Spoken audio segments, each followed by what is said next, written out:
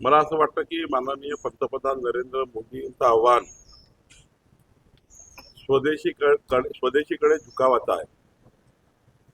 Petrol diesel विदेशात आयात करावं लागतं, गॅस विदेशात आयात करावी लागतं, सोनं सुद्धा कधी कधी विदेशात येतं आणि त्यामुळे देशातला पैसा हा विदेशात जाऊ नये आणि जी काही युद्धजनक परिस्थितीमध्ये संपूर्ण जगभरात महागाई वाढलेली आहे, त्या महागाईचा फटका या देशाला होऊ नये म्हणून या ठिकाणी मला असं वाटतं हे आव्हान आहे.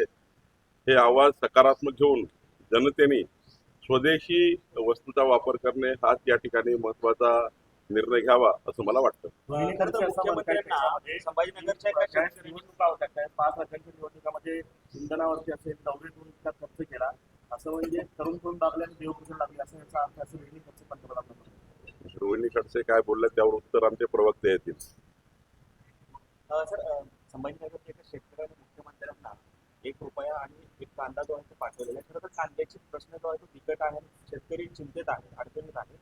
मी तेच सांगितलं की युद्धजन्य परिस्थितीमुळे जो कांदा बांगलादेश किंवा इतर देशात जायचा त्यावर मोठ्या प्रमाणावर आता बंधनं आलेत आणि त्यामुळं आपल्या देशातला कांदा हा थोडा त्या ठिकाणी घरी पडलेला आहे. त्यामुळं अत्यंत वाईट परिस्थिती आहे. पण सरकार या शेतकऱ्याबद्दल काही काळजी घेण्याचा विचार करत आहे. आमचे मुख्यमंत्री याबद्दल सकारात्मक चर्चा करते आहे. निश्चितपणे याच्यामध्ये आमचे प्रधानमंत्र्यांचं लक्ष आहे, माझं लक्ष आहे, मुख्यमंत्र्यांचं लक्ष आहे. आम्ही आता तोडगा काढू. जलजीवनची कामं जे आहेत ते पूर्ण ठप्प आहेत. पैसे देखील मंजूर झाले, मात्र अनेक ठिकाणी जे आहेत ते जलजीवनची कामं जलजीवन मिशनच्या राज्यातल्या कामाला 15,000 कोटी रुपयाची गरज आहे. त्याबद्दलचा हुडकोचा एक प्रस्ताव तयार आहे. मला वाटतं त्याचा मार्ग निघेल. नितेश राणे म्हणजे आहेत म्हणतात की विकास लावण्याचे संतांकडे वाकडे असंच कार्यक्रम त्यामध्ये कालही मी सांगितलं आपल्याला की पोलीस योग्य पद्धतीने सर्व बाबीचा तपास करत आहे आणि याचा जे काही तुम्हाला दिसेल की योग्य तपास झालेला, योग्य कारवाई झाली. सर ओबीसी प्रवर्गातील 27 जाती अशा आहेत त्यांचं केवळ कॉमर्स नावाचं स्पेलिंग मिस्टेक अशा कारणांवर केंद्रीय सेक्टरल ओबीसीच्या जाती समावेश होऊ शकला नाही. त्याच्याबद्दल मी फॉलोअप करणार आहे. कालच ती माहिती मला कळलेली आहे.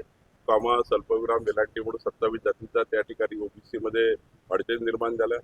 राज्यामध्ये 18 प्रगत जाती, 12 मुर्तेदार समाज याला मजबूत करणे राज्य सरकारची जबाबदारी आहे. राज्य सरकार फॉलोअप करेल. साहेब, आता सोलापुरातील बीटूची मागणी जोर आहे. कधीपर्यंत विषय मार्गी लागेल काय समज? सोलापूरचा अत्यंत महत्वाचा B1, B2H आणि गुंठेवारी हे चारही विषय मला या ठिकाणी आमचे अध्यक्ष तळवटकर आणि आमचे या ठिकाणी रोहिणीताईंनी आणि श्री आमचे आमदार रोजच विधिमंडळात मागे लागून आहेत. या ठिकाणी आमदार कोठेजी आणि त्यांनी हा प्रश्न महानगरपालिकेच्या निवडणुकीची माझ्यासमोर मांडला होता, विधानसभेच्या निवडणुकीच्या वेळी माझ्यासमोर मांडला होता. महिन्याभराच्या आत मी मंत्रिमंडळासमोर जाईल. राज्याचे मुख्यमंत्री सकारात्मक आहे. त्यांनी सुद्धा सोलापूरवासियांना शब्द दिला आहे.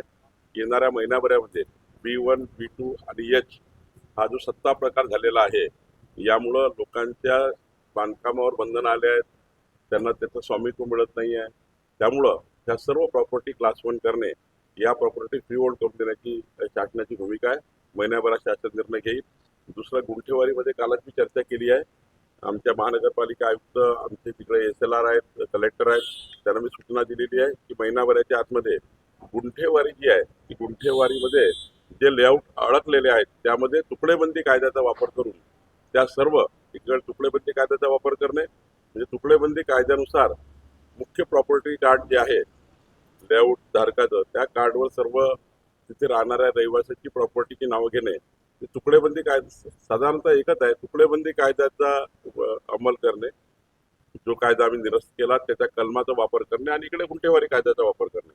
दोन्ही कायद्याचा वापर केला तर निश्चितपणे सर्व गुंठेवारीमध्ये राहणाऱ्या लोकांची घराची प्रॉपर्टी कार्ड हे त्या ठिकाणी वेगळं बनेल आणि त्यामुळे इकडे गुंठेवारी आम्ही पूर्ण करू आणि दुसरीकडे सत्ता प्रकार एक करू. त्याला काही फरक पडणार नाही. फार लोकांना अशा प्रकारे फसवता येत नाही म्हणूनच तुकडेबंदी कायदा निरस्त केला आहे.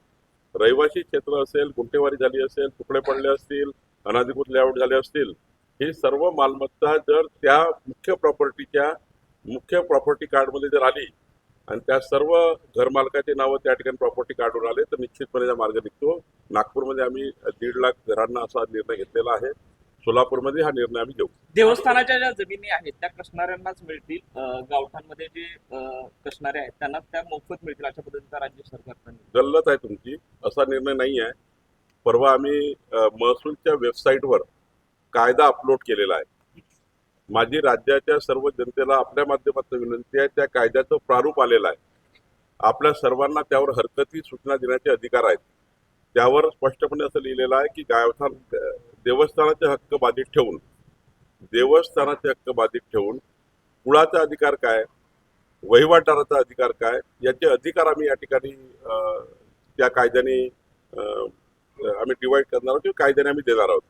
देवस्थानाच्या अधिकाराला मात्र कुठे धक्का लागणार नाही. पण हे करत असताना वहिवाटदार आणि कुळं याचेही रक्षण करण्याचा विचार सरकार करत आहे. मंत्री आदित्य तटकरे यांचे खासगी सचिव आहेत राजेश गायकवाड, त्यांच्या विरोधात अशी तक्रार दिली राजपत्रित संघटनेने की हे आम्हाला ब्लॅकमेल करतात, अधिकाऱ्यांवर दबाव आणतात, आर्थिक व्यवहार करतात. माननीय मंत्री तटकरेजी याचा त्या ठिकाणी चौकशी करतील. रोहित पवार हे जे आहे अशोकनाथ प्रकरणात असं सांगतात की एक मोठं रॅकेट काम करत आहे नावं वगळण्यासाठी. मोठे मासे आहेत हे काळा अध्याय आहे महाराष्ट्र राज्यातला. कशामध्ये नाव? अशोकनाथ प्रकरणात जे आहे मोठमोठे लोकांची नावं आहेत, ती नावं वगळण्यासाठी एक मोठं आर्थिक रॅकेट काम करत आहे. देवेंद्रजी फडणवीसचं सरकार, आमचं सरकार कुठेही टाचणीभरही चूक होऊ देणार नाही. आमची SIT अत्यंत चांगल्या पद्धतीने काम करत आहे. देवेंद्रजीचं रोज लक्ष या विषयावर आहे. कोणी गडबड करू शकणार नाही. इतके खबरदारी माननीय मुख्यमंत्र्यांनी घेतली आहे. सर एक